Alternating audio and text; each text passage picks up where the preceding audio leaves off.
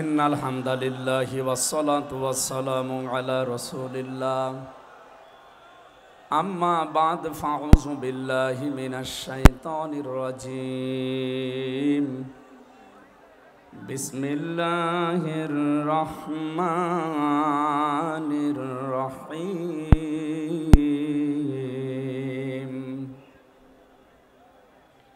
ইয়া আইয়ুহাল্লাযীনা আমানু দুখুলু ফিস-সিলমি কাফা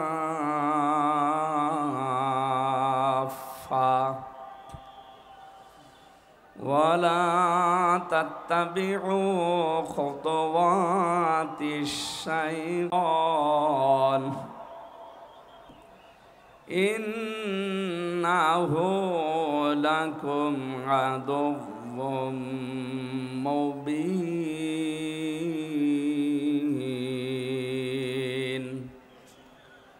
সাদাকতা ইয়া রাব্বানা আন আবি সাঈদ খুদরি রাদিয়াল্লাহু তাআলা আনহু قال قال النبي صلى الله عليه وسلم আনা খাতামান নাবিয়্যিন আলা নাবিয়্যা বা'দি ইলা আখিরিল হাদিস রাহু ইবনে মাজাহ ওয়া ক্বালা তাআলা ফি শানি রাসূলি ওয়া মা যাদাহুম ইল্লা ঈমানা ওয়া তাসলিমা আল্লাহুম্মা সাল্লি আলা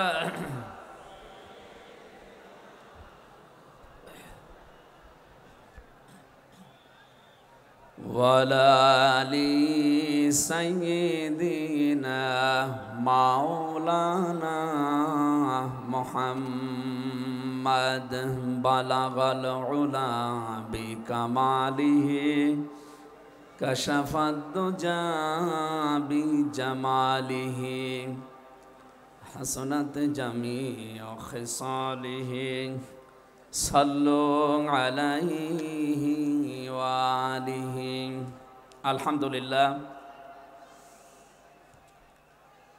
আঞ্জুমানে খেদমতে কোরআন সিলেট 3 দিন ব্যাপী ঐতিহাসিক তাফসিরুল কোরআন মাহফিল এমসি কলেজ ময়দানে সমাপনী রজনীর স্বনামধন্য সভাপতি এ মাহফিলে তাফসির পেশ করবেন আন্তর্জাতিক খ্যাতিসম্পন্ন মুফাসসিরে কোরআন হাজার হাজার আলেমের উস্তাদ শায়েখ সৈয়দ কামাল উদ্দিন জাফরি আতালাল্লাহু উমরাহু ওয়া বারাকাল্লাহু ফি হায়াতি। সকলে বলেন আমিন। এখানে তাফসির পেশ করবেন মুফাসসিরে কোরআন আল্লামা ইসহাক আল মাদানী। তাফসির পেশ করবেন বিশ্বনন্দিত মুফাসসিরে কোরআন বাংলাদেশের কৃতি সন্তান শ্রদ্ধাভাজন বড় ভাই ডক্টর মিজানুর রহমান আজহারি দামাত বারকাতুহুমুল আলিয়া। এ মঞ্চে বসা আছেন যারা সকল আম্বিয়াদের রুহানি সন্তান সম্মানিত ওলামা ইকরাম, সামনে বসা মুসলমান ভাইরা, পর্দার আড়ালের সম্মানিতা মা এবং বোনেরা, প্রশাসনের ভাইরা, গোয়েন্দা বিভাগের দায়িত্বে যারা আছেন, বিশেষ করে এ মাহফিলের বরেণ্য সদস্য যারা, স্বেচ্ছাসেবকবৃন্দ, দল মত জাতি বর্ণ ধর্ম নির্বিশেষে কোরআনে কারিমের এই অনুষ্ঠান শুধু মুসলমানদের জন্য না, হাদা বায়ানুল লিন্নাস হুদাল লিন্নাস, মানুষ পদবাচ্চে যারা বিবেচিত সবার জন্য আজকের এই অনুষ্ঠান। যদিও মুসলমানেরা এটা সাজিয়েছে, সিলেট সহ আশপাশের 8-10টা জেলা থেকে আমরা জানি এখানে মানুষ এসেছে কোরআন শোনার জন্য। সুতরাং বাংলাদেশের ঐতিহ্যবাহী এলাকা হযরত শাহজালাল রহমতুল্লাহ আলাইহির পুণ্যভূমি সিলেট, কোরআন যারা আমরা শুনতে এসেছি মানুষ হিসাবে, আল্লাহ রাব্বুল আলামিন কোরআনে কারিমের তেলাওয়াতকৃত আয়াত থেকে দুনিয়া এবং আখেরাতে উপকার হয় এমন কিছু নিয়ে যাওয়ার তৌফিক আমাদেরকে যেন দান করেন, আমিন। যারা এখানে এসেছি মানুষ, কোরআনে কারিমের মূল প্রতিপাদ্য বিষয় হচ্ছে মানুষ। আমরা সে মানুষ নিয়েই কথা বলবো ইনশাআল্লাহ। যদিও 15.5 বছরে আমাদেরকে জীবিত মানুষদের কোরআন শোনানো থেকে বিরত রেখেছিল ফ্যাসিস্টরা। আমি শ্রদ্ধার সাথে স্মরণ করছি ঐতিহাসিক এই ময়দানে বিশ্বনন্দিত মুফাসসিরে কোরআন শহীদ আল্লামা দিলওয়ার হোসাইন সাইদি রহমতুল্লাহ আলাইহি, আমি তার সাথে জেলখানায় দীর্ঘদিন 3টা বছর পাশাপাশি ছিলাম। তার অনেক স্নেহ, ভালোবাসা, আদর, মহব্বত আমি পেয়েছি। বিশেষ করে পাশাপাশি জেলে থাকার কারণে অনেক কিছু তার থেকে আমি নিতে পেরেছি। আল্লাহ যেন ওগুলো আমার প্র্যাকটিক্যাল লাইফে সেট করার তৌফিক দান করেন। যেহেতু তাকে হত্যা করা হয়েছে, এই জন্য নির্দ্বিধায় বলতে পারে তিনি শহীদ। যদিও অনেকে দেশে স্বীকৃতি দিতে চান না যে উনি না শহীদ হয়নি। আপনাকে কি আবার শহীদ হয়ে আবার মৃত্যুবরণ করে দেখানো লাগবে যে আমি শহীদ হলাম? শহীদ এই শব্দটা কত দামি আপনি জানেন?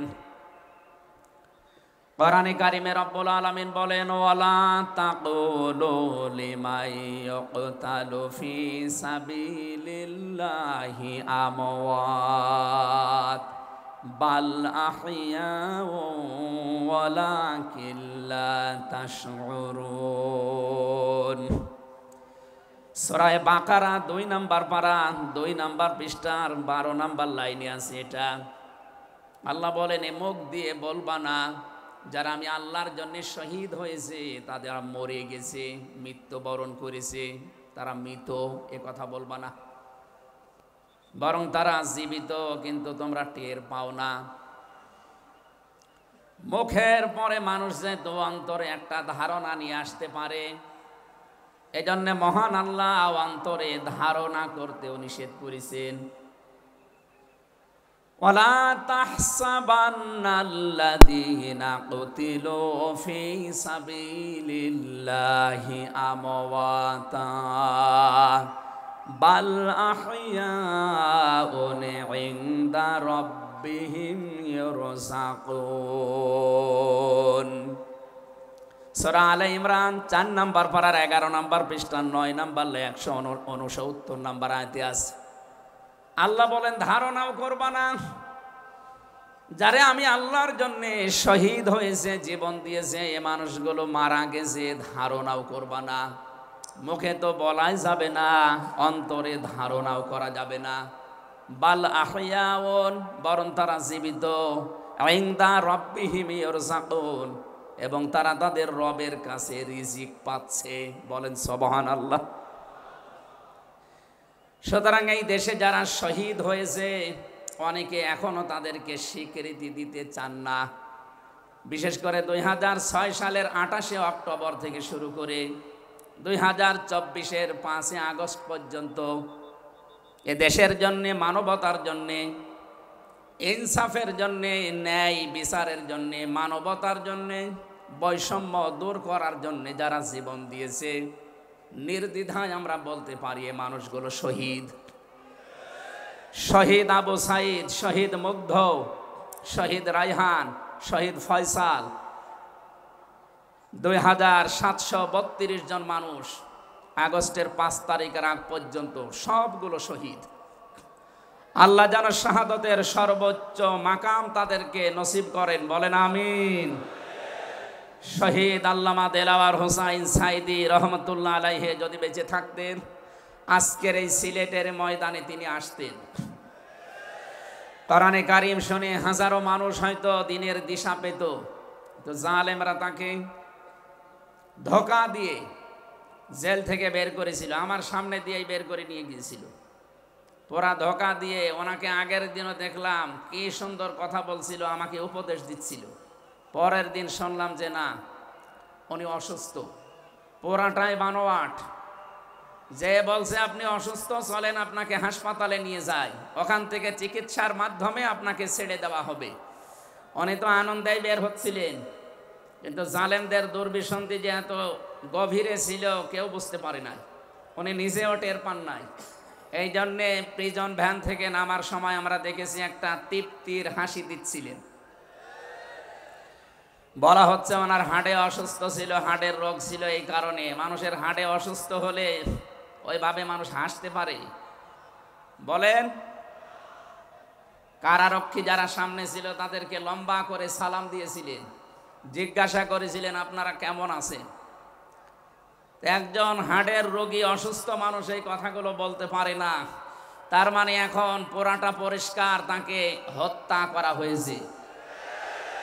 নবীজির কথা, দেওয়াল চাপা পড়ে মরলে যদি শহীদ হয়, সাপে কেটে মরলে যদি শহীদ হয়, নদীতে ডুবে মরলে যদি শহীদ হয়, গাছের নিচে পড়ে যদি মরে শহীদ হয়, অ্যাক্সিডেন্টে মরলে যদি শহীদ হয়, যাকে অন্যায়ভাবে মেরে ফেলা হয়েছে অবশ্যই তিনি শহীদ।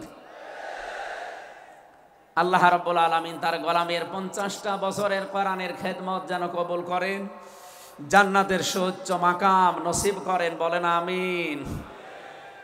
আজকে তার সন্তানও আসবে, কলিজার টুকরা সন্তান আলহাজ শামীম বিন সাইদি অলরেডি চলে এসেছে। ও গতকাল শেষ হয়ে গেছে। আমাকে সিলেট পর্যন্ত আনার পেছনে আপনাদের যে সমস্ত মানুষগুলো ভূমিকা পালন করেছে, আমার শ্রদ্ধাভাজন উস্তাজ, ইসলামিক চিন্তাবিদ, শিক্ষাবিদ আলহাজ মাওলানা আব্দুস সালাম আল মাদানী, আতালাল্লাহু উমরাহু ওয়া বারাকাল্লাহু ফি হায়াতি, সকলে বলেন আমিন। আমরা যে কথা বলতে চাই, কোরআন আমরা শুনতে এসেছি, আমরা মানুষ। ওয়ালাকাদ কাররামনা বানি আদম, আমি বনি আদমকে সম্মানিত করেছি। অথচ এই সম্মানিত সৃষ্টির অসম্মান করার জন্য এই 15.5 বছরে অনেকেই সিনিমিনি খেলছিল। আল্লাহ তাদের সমস্ত কাজকে নস্যাৎ করে দিয়েছেন। কোরআনের ভেতরে আমরা জেনেছি, কোন জালেম যদি চেয়ারে বসে তাহলে সর্বপ্রথম 2টা কাজ করে। সূরা নমলের 34 নম্বর আয়াতে আল্লাহ দলিল দিয়েছেন,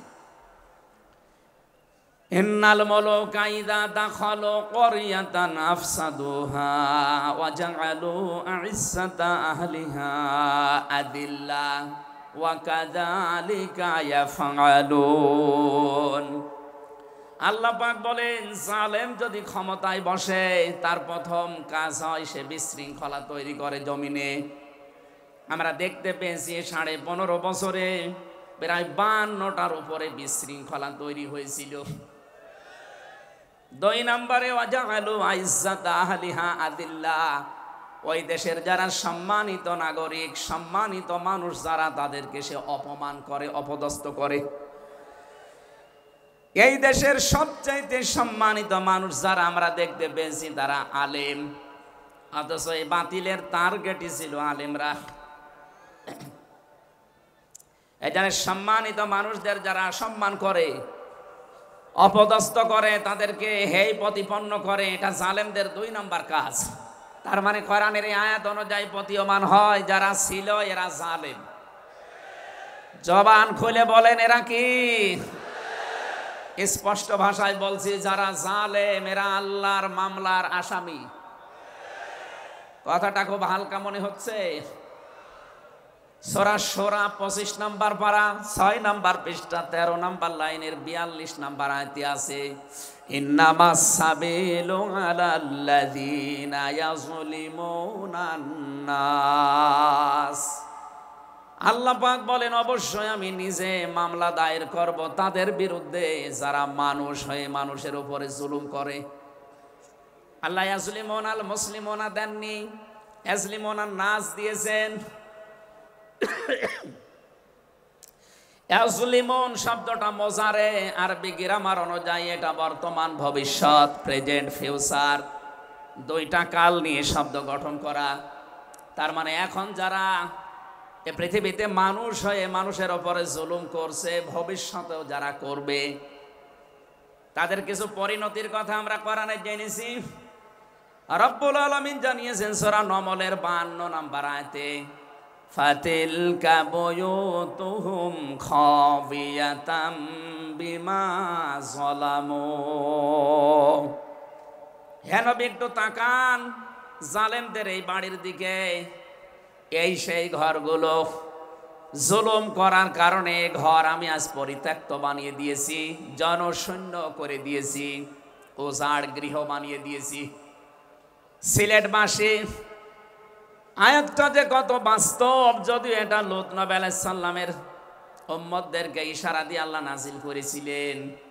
তা আমার আয়াতটা পড়ার পর ব্যাখ্যা বিশ্লেষণ দেখার পরে মনে হচ্ছে 2024 সালের 5 আগস্টের বিকাল বেলা আল্লাহ আবার নাজিল করেছেন।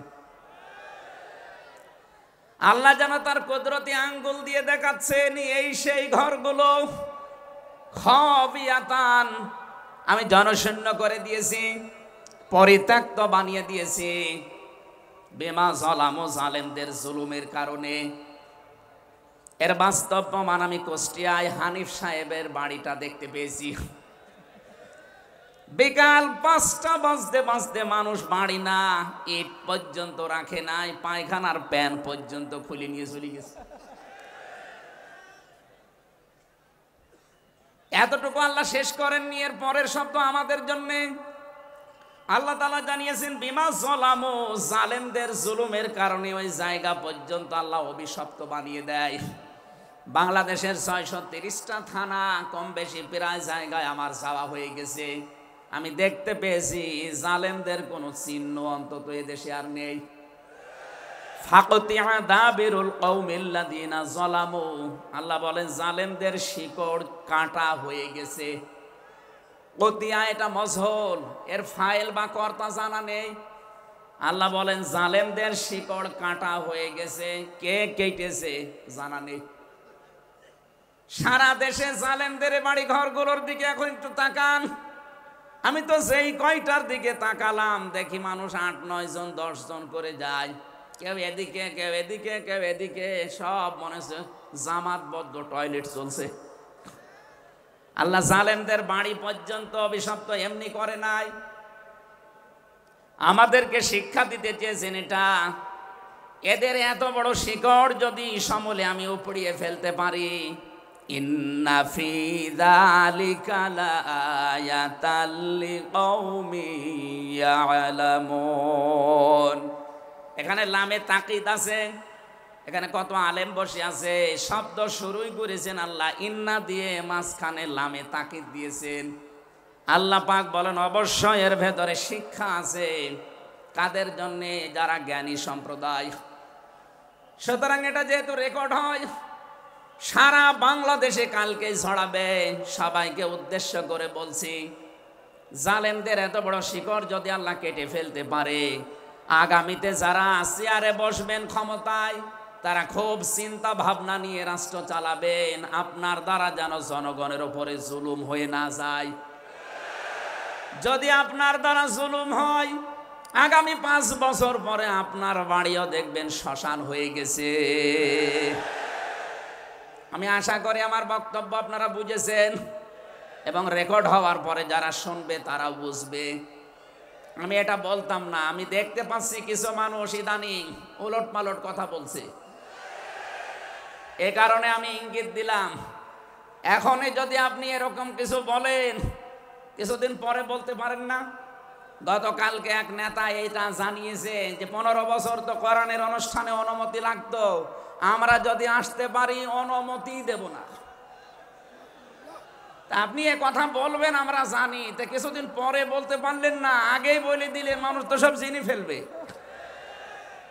এই জন্যে আমার মনে হয় আপনি ভুল করে ফেলেছেন, আপনি আস্তাগফিরুল্লাহ বা তওবা করে নেবেন, থুক্কু এরকম কিছু দিয়ে অন্তত ফিরে আসবেন যে না এটা এখন আমি বলবো না, কিছুদিন পরে বলবো। মানুষকে আল্লাহ সম্মান দিয়েছেন, সেই মানুষের উপরে যারা জুলুম করে তারা আল্লাহর কেসের আসামি। পুলিশের কাছে বাধা দেন, পুলিশ বাদী মামলা হবে। আর যারা মানুষ হয়ে মানুষের উপরে জুলুম করে তারা আল্লাহ বাদী মামলার আসামি। আল্লাহ কিন্তু ইয়াসলিমুন আল মুসলিমুনা দেননি, যে মুসলমানদের উপরে যারা জুলুম করে ইয়াসলিমুনা নাস দিয়েছেন। বলেন তো হিন্দু কি মানুষ না? আরো আসতে বলেন। এই যে বাইরের দেশের যে সমস্ত আন্তর্জাতিক রিপোর্টগুলো আছে, ভয়েস অফ আমেরিকা এবং মাইক্রোসফট সব খ্রিস্টানরা, ইহুদিরা এরা চালায়। এরা রিপোর্ট দিচ্ছে সারা বিশ্বের 257টা দেশের ভেতরে সবচাইতে নিরাপদে সাম্প্রদায়িক সম্প্রীতি নিয়ে বাস করছে বাংলাদেশের মানুষ। অথচ এই 54 বছর মিথ্যাচার করে বিশ্বের মোড়লদের কাছে আমাদেরকে অনেকেই কালার করার চেষ্টা করেছে। তারা এতদিন মানুষকে শুনিয়েছে বাংলাদেশে সংখ্যালঘু নির্যাতন হয়, এটা দাহা মিথ্যা কথা। যারা এটা ছড়িয়েছেন সারা বিশ্ব তাদেরকে এখন ধিক্কার দিচ্ছে, ঘৃণা জানাচ্ছে। তারা বলছে এই বাংলাদেশ নিয়ে যারা মিথ্যাচার করছে ওদের জন্মটাই মিথ্যার উপরে। আপনি মাইক্রোসফট দেখেন, তারা রিপোর্ট দিয়েছে সারা বিশ্বের সবচাইতে বেশি মিথ্যা তথ্য ছড়ানো হয় ভারতে। আমি নাম নিতে চাইছিলাম না, বেরিয়ে গেছে। ওদের নাম আমার নিতে মনে বলে না। আমি ঘৃণা করি ওদের উগ্রপন্থী কিছু মানুষকে। হিন্দু ভাইরা আমাদের শত্রু না, কিছু উগ্র আছে যারা জঙ্গি, ওরা এই নামটা মুসলমানদেরকে দিয়েছে। অথচ সবচাইতে বড় জঙ্গি এই উগ্র হিন্দুরা। এদের কারণে আজ হিন্দু সমাজেরও বদনাম হয়ে যাচ্ছে। পরিষ্কার কথা শোনেন বাংলার মানুষেরা, একটা মুসলমানকে যদি আঘাত করেন একটা গুনাহ হবে, কোন অমুসলিমের গায়ে হিন্দুর গায়ে যদি আঘাত করেন ডবল গুনাহ হবে। একটা জুলুমের গুনাহ আর একটা আমানতের খেয়ানত করার গুনাহ। তারা আমাদের কাছে আমানত না, কথা বলেন না কেন? অথচ 15.5 বছর আমরা আমানতের অনেক খেয়ানত করে ফেলেছি। আগামীতে এই খেয়ানত হবে না ইনশাআল্লাহ। বিশ্ব ইসলামী আন্দোলনের সর্বজন শ্রদ্ধাভাজন নেতৃত্বে যিনি আছেন, আপনাদের সিলেট বিভাগের কৃতি সন্তান, উনি অলরেডি জানিয়ে দিয়েছেন এদেশে যদি ইসলাম আসে সবচাইতে বেশি নিরাপদে থাকবে অমুসলিমরা। এই জন্যে গাইবান্ধায় দেখলাম একটা অনুষ্ঠানে, তার আগে একজন হিন্দু পুরোহিত ঠাকুর বক্তব্য দিচ্ছিল যে এই দেশে আগস্টের 5 তারিখের পর থেকে সবচাইতে বেশি নিরাপদে আছি আমরা অন্য ধর্মের লোকেরা। আমরা একথা বিশ্বাস করি, যদি দেশে ইসলাম আসে সবচাইতে বেশি নিরাপদে থাকতে পারবো আমরা। এই জন্য তারাও মনে প্রাণে ইসলাম এদেশে কায়েম হোক এটা চাচ্ছে, বলেন আলহামদুলিল্লাহ। এই জন্য হিন্দুরা আমাদের শত্রু না। আল্লাহ বলেন যারা মানুষ হয়ে মানুষের উপরে জুলুম করে, অত্যাচার করে, এরা আমি আল্লাহর মামলার আসামি। যারা বিশ্বজিৎকে হত্যা করেছেন তিনি আমার সাথে জেলখানায় 3 বছর ছিল, সে ফাঁসির মামলার আসামি। এখন 30 বছর তারা জেল খাটা লাগবে, যাবজ্জীবন জেল হয়ে গেছে। শাওন ছেলেটার নাম, বাড়ি খুলনা, আমাকে মাঝে মাঝে এই তালিকা করার জন্য আসতো, আমাদের রাইটার ছিল। এসে আবার কাছে কান্নাকাটি করে বলতো, হামজা ভাই জীবনে যা ভুল করেছি। এই বিশ্বজিৎ ছেলেটা বারবার আমাকে বলছিল যে কিসের জামাত ইসলাম, কিসের শিবির, ভাই আমি তো মুসলমানই না। আপনার যদি বিশ্বাস না হয় তো আমি কাপড় চোপড় খুলি, তারপরও আমরা তারে মানি নাই। কোপের পরে কপ দিয়ে জায়গায় শেষ করে দিয়েছি। এখন এই যে আমার মা বাবা আমার আর পরিচয় দেয় না, এমনকি আমার যাদের কথা মতো এই কাজ করেছিলাম তারাও আর কোনো খোঁজ খবর নেয় না। 30টা বছর এখন আমার জীবন থেকে নষ্ট হয়ে যাচ্ছে। উনি আমাকে জানিয়েছিলেন, এই জন্য আমি বললাম। উনি বলেছে আপনি বাইরে যদি যেতে পারেন জনগণকে সতর্ক করবেন, কেউ যেন কারো উস্কানিতে পা দিয়ে অন্তত জীবনটা নষ্ট করে ফেলে না ফেলে। এই জন্য এই মেসেজটা পৌঁছালাম। অনেকে উস্কানি কিন্তু দিচ্ছে। আগস্টের 5 তারিখের পর থেকে উস্কানি আরম্ভ হয়েছে বাংলাদেশকে বিশৃঙ্খল করার জন্য বিভিন্ন কায়দায়। একটাও হালে পানি নেয়নি, এখন আবার অন্য একটা নতুন ফর্মুলা আরম্ভ করেছে, এটাও হালে পানি নেবে না ইনশাআল্লাহ। সুতরাং যারা পালিয়ে গেছে তাদের উস্কানিতে পা দিয়ে যদি এই দেশে কেউ বিশৃঙ্খল পরিবেশ তৈরি করতে চান, একটু গোপালগঞ্জের দিকে আপনি মাঝে মাঝে তাকাবেন। পেছনে কিভাবে লাল করে দিয়েছে প্রশাসন দেখেননি? ওই সময় সন্তান গোপালগঞ্জ থেকে ঢাকায় আসলে, বসে আসলে 300 টাকা, দাঁড়িয়ে আসলে 1000 টাকা। কি অবস্থা করেছিল, এটা দেখেও আপনার শিক্ষা হয় না। এই জন্য আমি সতর্ক করছি, আগামী থেকে আমরা যেন কারো উস্কানিতে পা দিয়ে বিশৃঙ্খল পরিবেশ তৈরি করে দেশটা অন্তত নৈরাজ্যের স্বর্গরাজ্য আমরা তৈরি করে না ফেলি। আল্লাহ যেন আমাদেরকে তৌফিক দেন কথা মেনে নেওয়ার, বলেন আমিন। মানুষ হয়ে মানুষের উপরে জুলুম করেছে তারা, মামলার আসামি কার? আরো জোরে বলেন কার? বৈষম্য বিরোধী ছাত্র আন্দোলনে যারা 9টা দফা দিয়েছিল, আমি কোরআনে কারিমের সাথে প্রায় 6টা দফা পেয়েছি। সূরা নাহালের 90 নম্বর আয়াতে 6টা আছে, আর বাকি জায়গা থেকে তারা আরো 3টা নিয়েছিল। তারা প্রথম যেটা নিয়েছে ওই ওয়ান জাস্টিস, আমরা ন্যায় বিচার কায়েম করতে চাই, এটা আল্লাহ 1500 বছর আগে জানিয়েছেন। সুবহানাল্লাহ বলতে পারেন নাই? আমরাও তো চাই এদেশে ন্যায় বিচার কায়েম হোক, কথা বলেন ঠিক কিনা? আর কোরআনে কারিম ছাড়া ন্যায় বিচার কায়েম করা সম্ভব না। আমান আমিলা বিহি ওজেরা আমান হাকামা বিহি আদালা, যদি কেউ আমল করে কোরআনের তাকে আল্লাহ পুরস্কার দেবে। কেউ যদি এই কোরআনে কারিম কায়েম করতে পারে তাহলে সে ন্যায় বিচার কায়েম করতে পারবে। সুতরাং এদেশে যারা শহীদ হয়ে গেলেন জীবন দিয়ে, তাদের যে উদ্দেশ্য, এ উদ্দেশ্য যেন সামনে সফল হয়, আমরা সবাই সেই চেষ্টায় থাকবো ইনশাআল্লাহ। সতর্ক করছি এ কারণে, 1628 জন মানুষ দায়িত্বে ছিলেন বাংলাদেশে, ডাইরেক্ট ইনডাইরেক্ট মিলে। এরা আমরা যতদূর দেখতে পেয়েছি, আমার জেল জীবনের 3টা বছর ফাঁসির কন্ডেম সেলের ভেতরে আমি দেখেছি বাস্তবতা। এই 1628 জন কম বেশি এরা জুলুমের সাথে জড়িত। কেউ সরাসরি জালেম, কেউ জালেমের দোসর। কথা বলেন, জালেমরা টার্গেট কার? আরো জোরে।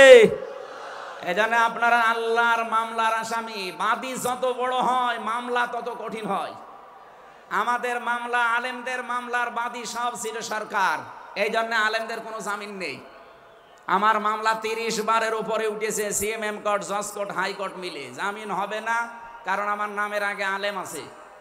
আমার নামের আগে যদি লয়দীর্ঘি গ থাকতো, আমি 3 বছর না 3 দিনও আমার জেলে থাকা লাগতো না। আমাকে ধরার পরে তারা অফার দিয়েছিল, যা যা বলতে বলি এইগুলো শুধু বলবেন, কালকে আপনাকে আমরা ছেড়ে দেব না। এত মিথ্যা কথা বলা আমার দ্বারা সম্ভব না। বলে তাহলে যান, এই যে দিয়ে দিল, ন্যায় বিচার কায়েম হচ্ছে দেশে, এই কথা তারা মানুষকে শোনাতো। পুরাটাই চলেছে 15.5 বছরে, পুরা অবিচার আর অন্যায়। এই জন্য যারা আল্লাহর মামলার আসামি, আপনি ভাবতে পারেন বিষয়টা কত বড় বিষয়। আল্লাহ নিজে মামলার বাদী, নিজে বিচারপতি, নিজে রায় দেবেন। এই জন্য জালেমদের একুলো শেষ, অকুলো শেষ। মানুষ হিসাবে আমরা মানুষকে সামনে সম্মান দিয়ে চলবো ইনশাআল্লাহ। দরুদ আর সালাম পড়ছি আমাদের নবী, মানবতার মহান শিক্ষক মুহাম্মদুর রাসূলুল্লাহ সাল্লাল্লাহু আলাইহি ওয়াসাল্লামের প্রতি। বিশ্ব নবীকে আল্লাহ পড়া কোরআন শরীফে, এই যে কোরআনের যে আয়াত পড়লাম আমরা, সূরা বাকারার 208 নম্বর আয়াত আমরা তেলাওয়াত করেছি। এ কোরআনে কারিম পড়তে হলে প্রতিটি অক্ষর, 29টা অক্ষর আমরা আছে জানি আরবি, প্রতিটি অক্ষর দিয়ে নবীজিকে আল্লাহ ডাক দিয়েছেন একটা সুন্দর এবং উত্তম নাম নিয়ে। বিশ্ব নবীকে আল্লাহ আলিফ দিয়ে জানিয়েছেন আহমদ, তিনি প্রশংসিত। বা দিয়ে আল্লাহ জানিয়েছেন আমার নবী বাশির, তিনি সুসংবাদদাতা। তা দিয়ে আল্লাহ জানিয়েছেন আমার নবী মুত্তাকি, তিনি পরহেজগার। সা দিয়ে আল্লাহ পাক জানিয়েছেন আমার নবী মুদ্দাসসির, তিনি কম্বলওয়ালা। জিম দিয়ে আল্লাহ জানিয়েছেন আমার নবী জামিল, সুন্দর। হা দিয়ে আল্লাহ জানিয়েছেন আমার নবী হামিম, অন্তরঙ্গ বন্ধু। খ দিয়ে আল্লাহ জানিয়েছেন আমার নবী খাতামান নাবিয়্যিন, শেষ নবী। এভাবে বলতে বলতে সর্বশেষ অক্ষরে যে দেখবেন ইয়া, আল্লাহ জানিয়েছেন ইয়াসিন। বলেন আল্লাহু আকবার। তাফসিরে কাবীর আল্লামা ফখরুদ্দীন রাজি রহমতুল্লাহ আলাইহি এই সিন শব্দের তিনি 5টা ব্যাখ্যা দিয়েছেন। তিনি লিখেছেন সিন মানে সাজ্জিদুল আলামিন, সিন মানে সাজ্জিদুল বাশার, সিন মানে সাজ্জিদুল কাউনাইন, সিন মানে সাজ্জিদুল আম্বিয়া, সিন মানে সাজ্জিদুল মুরসালিন। এক একটা শব্দের ভেতরে হাজার হাজার কথা তিনি দিয়েছেন। আমি একটা বলছি, সিন মানে সাজ্জেদুল আলামিন, শুধু আলম না, আলামিন বহু বচন।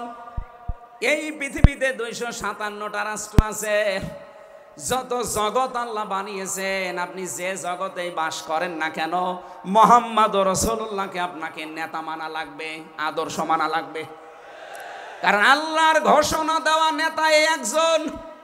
আল্লাহ পৃথিবীর অন্য কাউকে হে নেতা এ শব্দ বলেননি, শুধু আমাদের নবী, আপনার নবী মুহাম্মদ রাসূলুল্লাহকে জানিয়েছেন ইয়াসিন, হে নেতা। আয়াতের তাফসিরে আমি আরেকটা আয়াত পেয়েছি, সূরা হুদ 12 নম্বর পারা 12 নম্বর পৃষ্ঠার 1 নম্বর লাইনের 98 নম্বর আয়াত। এটা তাফসিরে ফি জিলালিল কোরআনে পাবেন। আমি সামারাইজ করে বলছি, যদিও ফেরাউন সম্পর্কে এটা নাজিল হয়েছে, সাইয়্যিদ কুতুব রহমাতুল্লাহ আলাইহি তাফসির করতে গিয়ে তিনি লিখেছেন, যেই নেতা জাহান্নামে যাবে কিয়ামতে, ওই দলের নেতার যত অনুসারী আছে, যত মানুষ তাকে অনুসরণ করত, সব অনুসারীরা তার সাথে জাহান্নামে যাবে। এটা বাংলাদেশের সাথে খুব দরকার, এজন্য আমি সতর্ক করলাম। আপনার বিবেকের কাছে প্রশ্ন করে এটা নেতা নির্বাচন করবেন, এটা দুনিয়ার বিষয় হলে আমি বলতাম না, এটা আখিরাতের সাথে রিলেটেড। যার নেতা ঠিক নেই, ওই নেতা যদি জাহান্নামে যায়, ইয়াকদুমু কওমাহু ইয়াউমাল কিয়ামাতি ফাআওরাদাহুমুন নার ওয়া বিইসাল বিরদুল মাওরুদ। জোরে বলেন আল্লাহু আকবার। সিলেটবাসী, সারা বাংলাদেশ এখন আমার সামনে, এই যে দেখতে পাচ্ছেন না, সারা বাংলাদেশে ছড়াইয়া যাচ্ছে। যাদের নেতা ঠিক নেই, আদর্শ ঠিক নেই, এক্ষুনি আপনি তওবা করে ঠিক করবেন। সত্যি বলছি, যাদের নেতা ঠিক নেই, ওই নেতা যদি জাহান্নামে যায়, আল্লাহর কসম আপনাকে ওর সাথে জাহান্নামে যাওয়া লাগবে। নেতৃত্ব দেওয়ার জন্য গুণ বললাম কয়টা? বলেন বলেন। আপনি সূরা বাকারার 247 নম্বর আয়াতটা দেখবেন। ক্বালা ইন্নাল্লাহা আসতাফাহু আলাইকুম ওয়া যাদাহু বাসতাতান ফিল ইলমি ওয়াল জিসম, ইলা আখিরি আয়া। আল্লাহ নিজে জানিয়েছেন, এই পৃথিবীতে কেউ যদি নেতৃত্ব দিতে চায়, তার প্রথম নাম্বারে জ্ঞান লাগবে। জোরে বলেন, কি লাগবে? আপনি যাকে মেনে চলেন, যার না নেতৃত্ব মানেন, বলেন তো সে জ্ঞানী আপনার দৃষ্টিতে মনে হয়? যে লোকটা এ কথা বলতে পারে ঈদুল ফিতরের জানাজার নামাজ আগামীকাল অনুষ্ঠিত হবে, ওর জ্ঞান কেমন আপনি টের পাচ্ছেন না? এই কথা বলে না কেন? এই জন্য নেতৃত্বের সামনে কেউ দিতে চাইলে তাকে জ্ঞানী হওয়া লাগবে, আসমানের জ্ঞানী হওয়া লাগবে। যাবতীয় জ্ঞান, জাগতিক জ্ঞান তো লাগবেই, মাস্ট বি। এইটার জ্ঞান লাগবে। কোনটার বলেন? 2 নম্বরে আমি পেয়েছি, নেতা হওয়ার জন্য লাগবে, কেউ যদি সীমা লঙ্ঘন করে, কথাবার্তার কাজে কামে, সে নেতৃত্ব দেওয়ার যোগ্যতা হারিয়ে ফেলে। এটা সূরা শুআরার 152 নম্বর আয়াতে পাবেন। বাংলাদেশে আমরা এই কয়েকদিন ধরে দেখতে পাচ্ছি, ডক্টর মিজানুর রহমান আজহারি উনি একটা ইঙ্গিত দিয়েছেন, আর কেউ কেউ তার কথাটা ধরে মাথা কল্লা পর্যন্ত 10 লাখ টাকা ঘোষণা দিয়ে দিয়েছে। আপনার এত টাকা যে একজন মানুষের মাথার দাম আপনি 10 লাখ ঘোষণা দিয়ে দিলেন, তাও আপনি একজন পীর। এটা কি পীর না শয়তান? দুদককে বলবো, যারা 10 লাখ টাকা মানুষের মাথা ঘোষণা দিতে পারে, তার টাকা আছে কত আপনারা খোঁজ নিন। এক কথা বলেন না কেন? এই পীরগুলোকে আমরা মানুষকে 50,000, 5 লাখ, 10 লাখ টাকার কম্বল বিতরণ করতে দেখি না এই শীতে। তারা মানুষের মাথা চায় 10 লাখের বিনিময়ে। কি হয়েছে? সে একটা অসংলগ্ন কথা বলেছে, এই কারণে। আপনি 2 ঘন্টা কথা বলেন তো, আমি আপনার 50টা ভুল ধরবো। আমরা 1.5 ঘন্টা 2 ঘন্টা কথা বলে একটা স্লিপ অফ টান হলে সেইটা নিয়ে এই যে কেরামান কাতিবিন উনি একটা কি বলতেছে বলে ফেলেছে। আরে ভাই, আমাদের বয়সই কত? আমার বয়স এখন 33, মিজান ভাই আমার 5 বছরের বড় মাত্র। এ সব মিলে নাই তার 38-40 বছর হবে। এখনো তো নবুয়তের বয়সে আমরা পাইনি। কথা বলে না কেন? নবীকে আল্লাহ 40 বছরের আগে নবুয়ত দেয়নি, আমরা তো সে বয়সে এখন মানে পার হতে পারিনি। দুই একটা কথা এদিকে ওদিকে হলে আপনারা মাথা 10 লাখ টাকা, মাথা কি এত ফ্রি বলেন? কেউ কেউ অলরেডি আবার বলেছে এরা ধর্ম ব্যবসায়ী। এই কথা যেই লোকটা জানিয়েছে মিজানুর রহমান আজহারির নাম নিয়ে যে এটা ধর্ম ব্যবসায়ী, আপনার ঈমান চলে গেছে। কারণ মিজানুর রহমান আজহারির নামের আগে একজন আলেম লেখা আছে, আল উলামা ওয়ারাসাতুল আম্বিয়া, আলেমরা নবীর ওয়ারিস। এই কথা বলেন না কেন? অনেক বড় দায়িত্ব তার মাথার উপরে। নবীজি জানিয়েছেন আনা খাবাল খাতামান নাবিয়্যিন আলা নাবিয়্যা বাদি, আমি শেষ নবী, আমার পরে কোনো নবী নেই। এ কথার ভেতর একটা ইঙ্গিত আছে, নবী শেষ, তারপরে নবী নেই। অথচ আদম নবী থেকে শুরু করে হযরত ঈসা নবী পর্যন্ত আমরা দেখেছি এক নবী শেষ হওয়ার পরে আর এক নবীর উপরে এ দায়িত্ব এসে পড়তো। উম্মতের দায়িত্ব ভার নবীরা নিত, কিন্তু এখন তো নবী নেই। যেহেতু ওনার ঘোষণা আমার পরে আর কোনো নবী নেই, আমি শেষ নবী, এই হিসাবে নবীজি জানিয়েছেন আল উলামা ওয়ারাসাতুল আম্বিয়া, আমি থাকবো না কিন্তু আলেম থাকবে, এরাই আমার ওয়ারিস, এরাই আমার স্থলাভিষিক্ত। নবীর উপরে কথা বললে যেমন আমল আখলাক আল্লাহ নষ্ট করে দেয়, আলেমদের বিরুদ্ধে, আলেমদের উপরে কারো যদি কথা যায় তার পেছনের আল্লাহ সব নষ্ট করে দেবে। অহম লা ইয়াশউরুন, কখন যে নষ্ট হয়ে যাবে আপনি টেরও পাবেন না। এই জন্যে সীমা লঙ্ঘন করা যাবে না, কথা এবং আচরণে আপনারা সাবধান থাকবেন। যারা এই সীমা লঙ্ঘনগুলো করছেন, কাদের ইঙ্গিতে করছেন আমরা কিন্তু জানি। মাঝে মাঝে দাদারা এসে আপনাদের কান পড়া দিয়ে যায়, আর আপনারা তখন উল্টা পাল্টা কথা বলতে থাকেন। কেউ না জানলে দেশের আলেমরা কিন্তু আগেই টের পায়, কারণ এরা তাহাজ্জুদের নামাজের সেজদায় আমার আল্লাহর সাথে কথা বলে। কথা বলেন না কেন?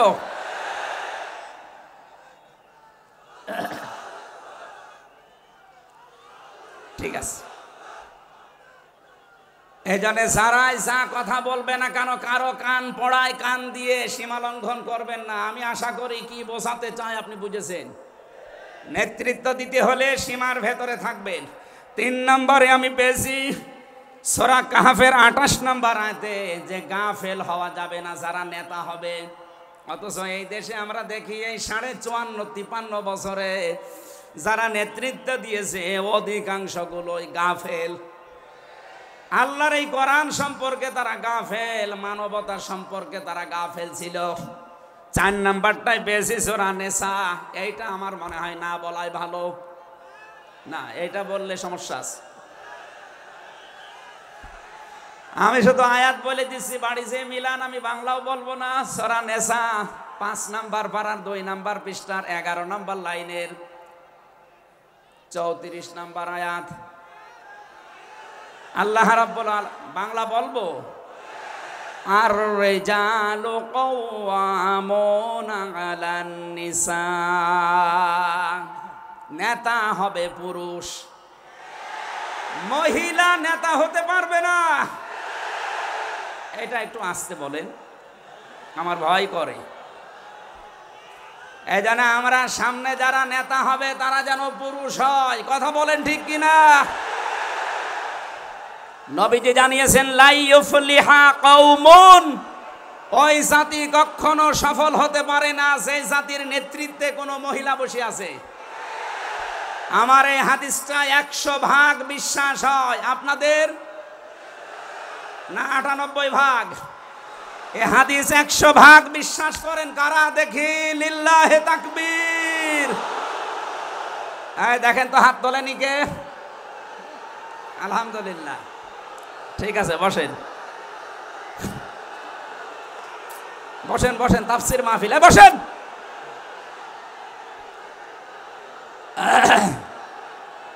এটা যদি আমরা মেনে নিতে না পারি, এই 54 বছরে আমরা যেখানে ছিলাম আরো পেছিয়ে যাওয়া লাগবে। এই জন্য আমরা সামনে এগিয়ে যেতে চাই। কোরআনের সূরা নিসার 34 নম্বর আয়াত, সামনে যদি নেতা হয় পুরুষ মানুষ হবে ইনশাআল্লাহ। আরো জোরে বলেন ঠিক কিনা? 5 নাম্বার পেয়েছি সূরা বাকারা 124 নাম্বার আয়াত। কোন জালেম নেতা হতে পারবে না। আমাদের জাতির পিতা হযরত ইব্রাহিম আলাইহিস সালামকে দিয়ে আল্লাহ উদাহরণ দিয়েছেন। আপনি সূরা বাকারার 124 নাম্বার আয়াতটা পড়ে নেবেন। সুতরাং যারা জালেম হবেন সামনে তাদের নেতৃত্বে আসার দরকার নেই, আপনি ভিক্ষা করে খান। এক কথা বলেন না কেন? আমরা অনেককেই দেখতে পাচ্ছি এই যে দ্বিতীয় স্বাধীনতার পর থেকে অনেকেই জুলুম আরম্ভ করেছেন। আপনারা থামবেন। আমরা সবাই মাজলুম এই দেশে, শুধু ওই 14 দল বাদ দিয়ে। সুতরাং আমরা এই মাজলুমগুলো যেন আবার জালেম হয়ে না যায়, তাহলে নেতৃত্ব দেওয়ার যোগ্যতা আমরা হারিয়ে ফেলবো। আল্লাহ যেন আমাদেরকে বাঁচান, বলেন আমিন। সূরা বাকারা আয়াত নাম্বার 208।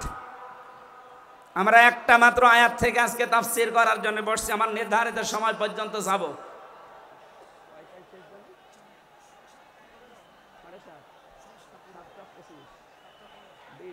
ঠিক আছে, জবান খুলে দিয়ে আগে পড়ে না। আউযু বিল্লাহি মিনাশ শাইতানির রাজিম। বিসমিল্লাহির রহমানির রহিম। ইয়া আইয়ুহাল্লাযীনা আমানু দুখুলু ফিস সিলমি কাফা। এ পর্যন্ত থাক। যেহেতু ডক্টর মিজানুর রহমান আজহারি আর 20-25 মিনিট পরে চলে আসবে, এই জন্য আমরা এ পর্যন্ত থাক। 3 ভাগের 1 ভাগ আমরা পড়লাম। সূরা বাকারা আল্লাহ তাআলা ডাক দিয়েছেন ইমানদারকে। কাকে বলেন তো? আমরা ইমানদার না বেঈমান? ঈমান আনার আগে একটা কাজ করা লাগে। আল্লাহর ঘোষণা, ফামাই ইয়াকফুর বিত-তাগুত ওয়া ইউমিন বিল্লাহ। কেউ যদি ঈমান আনতে চায় তার প্রথম কাজ হবে সে যেন তাগুত ছেড়ে দেয়। এদিকে কি মানুষের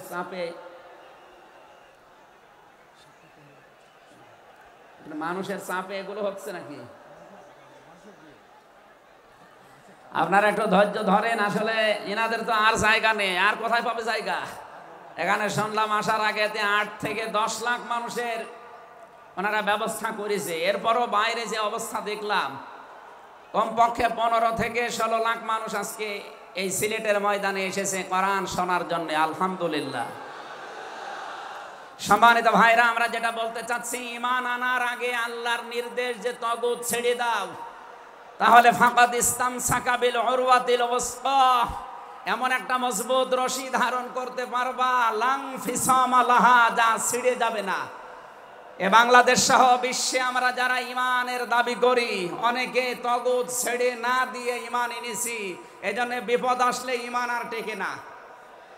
পক্ষান্তরে যারা তাগুত ছেড়ে দিয়ে ঈমানের দাবি করতে পেরেছে, এই মানুষগুলোর ঈমানের যত পরীক্ষা হয় তাদের ঈমান তত মজবুত হয়। শহীদ আল্লামা দেলাওয়ার হোসেন সাঈদী তার 1 নম্বরে প্রমাণ। কথা বলেন না কেন? 13টা বছর জীবনে একটা ঘরে কাটিয়েছে, তারপরও তিনি মাথা নত করেন নাই। কারণ তাগুত ছেড়ে দিয়ে ঈমান এনেছিলেন। তাগুত ছেড়ে না দিয়ে যদি ঈমান আনতেন তিনি টিকে থাকতে পারতেন না। আমি বহু মানুষ জেলে দেখেছি, বহু আলেমকে দেখেছি, তারা টিকে থাকতে পারে না, আল্লাহকে পর্যন্ত দোষারোপ করে। ডক্টর শফিকুল ইসলাম মাসুদ দেলাওয়ার হোসেন শিবিরের সাবেক সভাপতি, নাম নিয়ে বলছি এই কারণে, এই মানুষগুলো ঈমান এনেছিল তাগুত ছেড়ে দিয়ে। দেলাওয়ার ভাইকে তার গরম করে লজ্জাস্থানে ঢুকিয়েছে, পুরুষাঙ্গ নষ্ট করে দিয়েছে। 57 দিন লোকটা রিমান্ডে ছিল, তারপরও টলাতে পারে না জালেমরা। কিন্তু যারা ঈমান এনেছে তাগুতের সাথে মিল মহাব্বত রেখে, আপনি তাকান, আগস্টের 5 তারিখের পরে তারা অনেকেই বেঈমান হয়ে গেছে। জাতীয় মসজিদের সাবেক ইমাম, কথা বলে না কেন? 5 তারিখের পরে পালিয়েছে, পৃথিবীর ইতিহাস পাল্টিয়ে দিয়েছে। জাতীয় মসজিদের ইমাম পালিয়ে যায়, এটা একটা লজ্জা না? এমপিরা নাই পালিয়ে গেল, আপনি কেন পালাবেন? কিছুদিন পরে জোর করে এসেছিল ইমামতি আবার করব, জনগণ জুতা দিয়ে পিটিয়েছে। পরের দিন স্ট্যাটাস দিয়েছে, জনগণ জুতা দিয়ে পিটিয়েছে তাই কি আমার গায়ে লাগেনি। মানুষ কত নিচে নামতে পারে। তার বাবা তো একজন ভালো মানুষ ছিল, একজন আলেম ছিল, কি এসেছে আল্লাহ জানে, একটা জালেমাকে সে নাম দিয়েছে কওমি জননী। এই নামটা যেই দিন দেয় সেদিন জেলখানায় ওনার নামে বদদোয়া হয়েছে। মাওলানা মামুনুল হক সহ যত আলেম ছিল আমরা এক জায়গায়, ওনারা বলছিল যে করলো কি হেফাজত ইসলামের 13 সালে এতগুলো মানুষ হত্যাকারী যার হাতে রক্ত লেগে আছে, আর সেই লোকটাকে নাম দিয়ে দিল কওমি জননী। আমাদের মাথা কাটা গেল। এরকম হাজারো আলেম, হাজারো পীর, হাজারো মুসলমানের দেশে ঈমান রাখতে পারে নাই, কারণ তগুতের সাথে সম্পর্ক রেখে ঈমানের দাবি করত। আল্লাহ বলেন ঈমান আনতে হলে আগে তগুত ছেড়ে দাও, এরপরে ঈমানের দাবি করো। উদখুলু ফিস সিলমি কাফা, ঈমানদার যারা তারা প্রবেশ করো পুরোপুরি ভাবে ইসলামে। এখানে সিলমন বা সালমন, সিনের উপরে জবর দিলে হয় সালমন মানে শান্তি, সিনের নিচে জের দিলে হয় সিলমন মানে ইসলাম। আল্লাহ রাব্বুল আলামিন ঈমানদারকে ডাক দিয়ে জানিয়েছে তোমরা প্রবেশ করো, যেহেতু সিলমনটা আছে এজন্য ইসলাম নেওয়া লাগবে। আমি যতগুলো তাফসীর বিশ্ববিদ্যালয়ে থাকাকালীন মিলিয়েছিলাম এই সিলমন দিয়ে। আমি ভার্সিটিতে থাকাকালীন প্রায় 42টার উপরে এক জায়গায় মিলিয়েছি, যে দেখি সবাই কি বলে। প্রত্যেক মুফাসসির এখানে শান্তি না, এখানে নিয়েছেন তারা ইসলাম অর্থে তোমরা পুরোপুরি ইসলামে প্রবেশ করো। এখন আমরা যদি প্রশ্ন করি পুরোপুরি ইসলামে প্রবেশ করার অর্থ কি, কোরআন শরীফ থেকে আমরা ব্যাখ্যা বিশ্লেষণ দিয়েছি যে 5টা বিষয় যখন দেখবেন আপনার ভেতরে আছে তখন বুঝবেন আমি পুরোপুরি ইসলামে প্রবেশ করেছি। জোরে বলেন সুবহানাল্লাহ। আমি তাফসীর থেকে যে নোটগুলো নিয়ে এসেছি তার 1 নম্বরে আপনি যখন দেখবেন যে আপনি আত্মসমর্পণ করে ফেলেছেন, 2 নম্বরে আপনার ভেতরে ইখলাস তৈরি হয়েছে, 3 নম্বরে আপনার বিশুদ্ধ আকীদা তৈরি হয়ে গেছে, 4 নম্বরে আপনার চরিত্র উন্নত হয়েছে, 5 নম্বরে আপনার লেনদেনে স্বচ্ছতা এসেছে। এই 5টা কাজ যখন আপনি দেখবেন তখন মনে করবেন যে আমি ইসলামে পরিপূর্ণ প্রবেশ করেছি। এখন বলেন তো আপনার কি 5টা কাজ পরিপূর্ণ হচ্ছে? আত্মসমর্পণ 1 নম্বরে আপনাকে করা লাগবে আমার আল্লাহর সামনে। কার সামনে? এটা দেখিয়েছেন আমাদের জাতির পিতা হযরত ইব্রাহিম। ইয ক্বালা লাহু রাব্বুহু আসলিম ক্বালা আসলামতু লিরাব্বিল আলামিন। সূরা বাকারা 1 নম্বর পারা 19 নম্বর পৃষ্ঠা 7 নম্বর লাইনের 131 নম্বর আয়াতে আছে। এটা ইবনে কাসিরে পাবেন। আল্লাহ পাক বলেন আত্মসমর্পণ করো। উনি গাছের মাথায় বসে কোড়াল দিয়ে কাঠ কাটছিলেন, ডাক দিয়ে বলে মাবুদ এখানে বসে আত্মসমর্পণ করব কি করে? আল্লাহ পাক বলেন আত্মসমর্পণ এখানে খতনা করে আত্মসমর্পণ করো। গাছের মাথায় তিনি কোড়াল দিয়ে খাতনা করে বললেন আমি মহাবিশ্বের প্রতিপালকের কাছে আত্মসমর্পণ করলাম, স্যালেন্ডার করলাম। এতটুকু তিনি শেষ করেননি, তিনি ডাক দিয়েছিলেন ইন্তেকালের আগে তার সন্তানদেরকে, ওয়াসাা বিহা ইব্রাহিম বানিহি ওয়া ইয়াকুব ইয়া বানিয়া ইন্নাল্লাহা আসতাফা লাকুমুদ্দিন ফালা তামুতুন্না ইল্লা ওয়া আনতুম মুসলিমুন।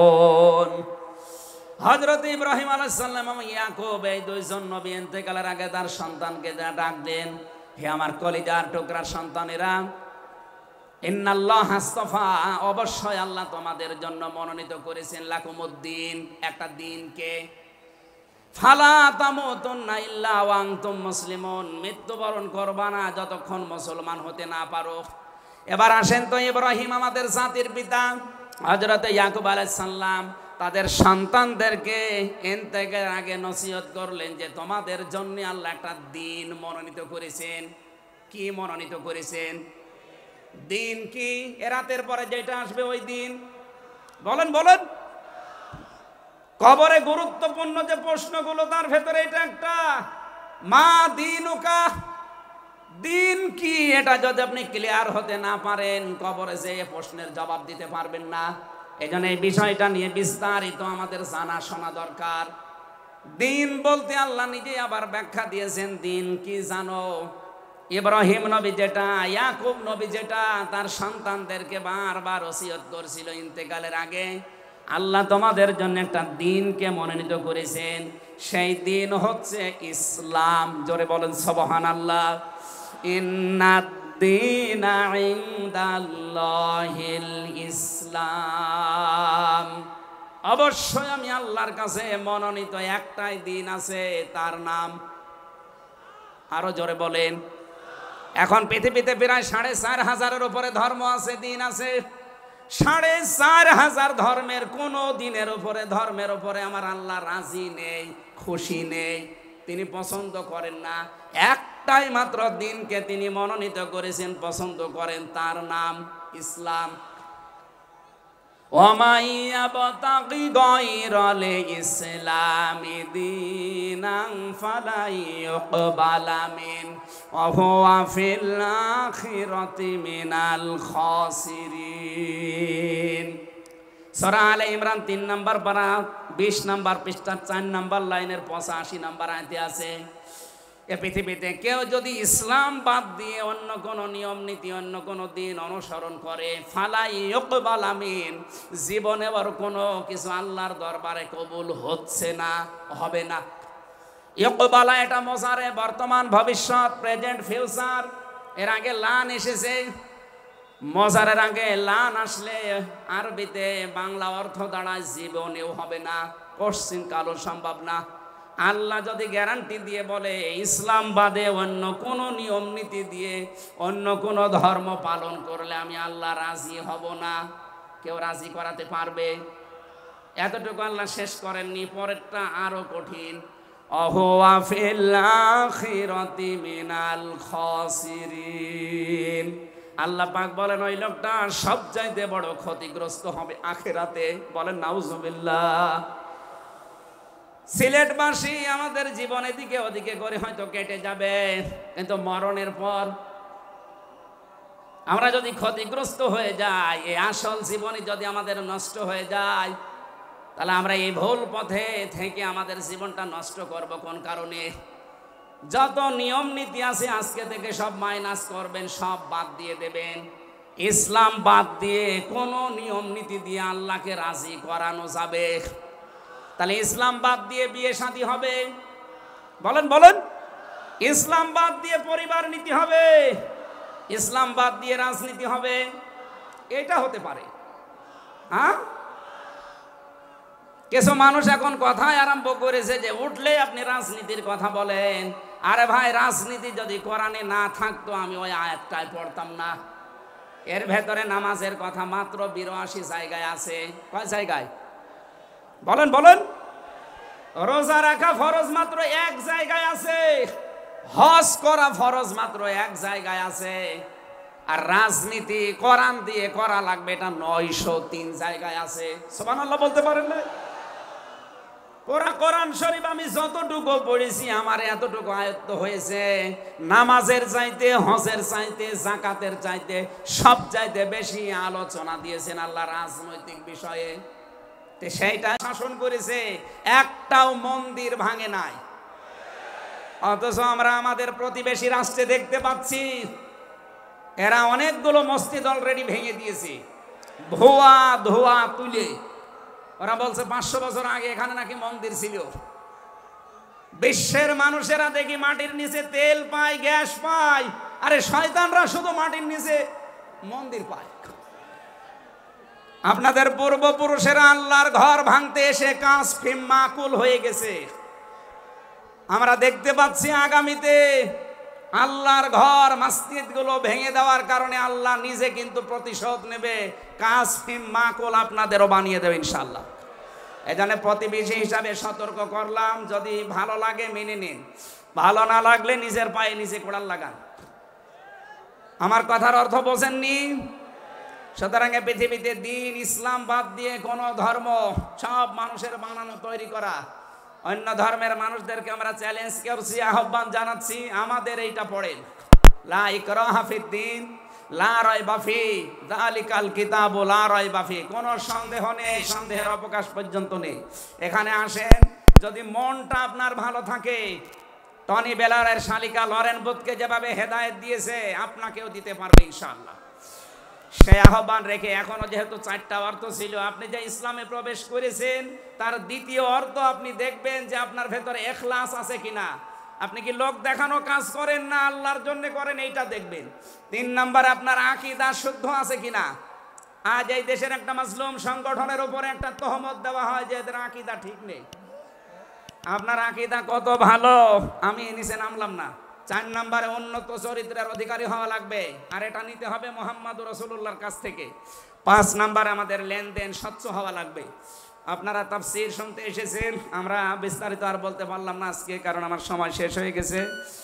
আগামীতে কিছুক্ষণ পরে যেহেতু ডক্টর মিজানুর রহমান আজহারি ভাই আসবে, ওনার কাছে আমরা আরো গুরুত্বপূর্ণ কথা শুনবো ইনশাআল্লাহ। আজকের কথাগুলো আল্লাহ আমাদের জীবনে প্র্যাকটিক্যাল লাইফে আমল করার তৌফিক দিন, আমিন। বারাকাল্লাহু লানা ওয়া লাকুম ফিল কোরআনিল আযীম। আসসালামু আলাইকুম ওয়া রাহমাতুল্লাহ। আলহামদুলিল্লাহ, আমরা মহাগ্রন্থ আল কোরআন থেকে অত্যন্ত সুন্দর সুললিত কণ্ঠে তাফসীর শুনছিলাম। বাংলাদেশের অন্যতম বিখ্যাত মুফাসসিরুল কোরআন, আন্তর্জাতিক খ্যাতি সম্পন্ন হযরত আল্লাহ হযরত মাওলানা মুফতি আমির হামজা সম্মানিত মেহমান আমাদের সময় দিয়েছেন।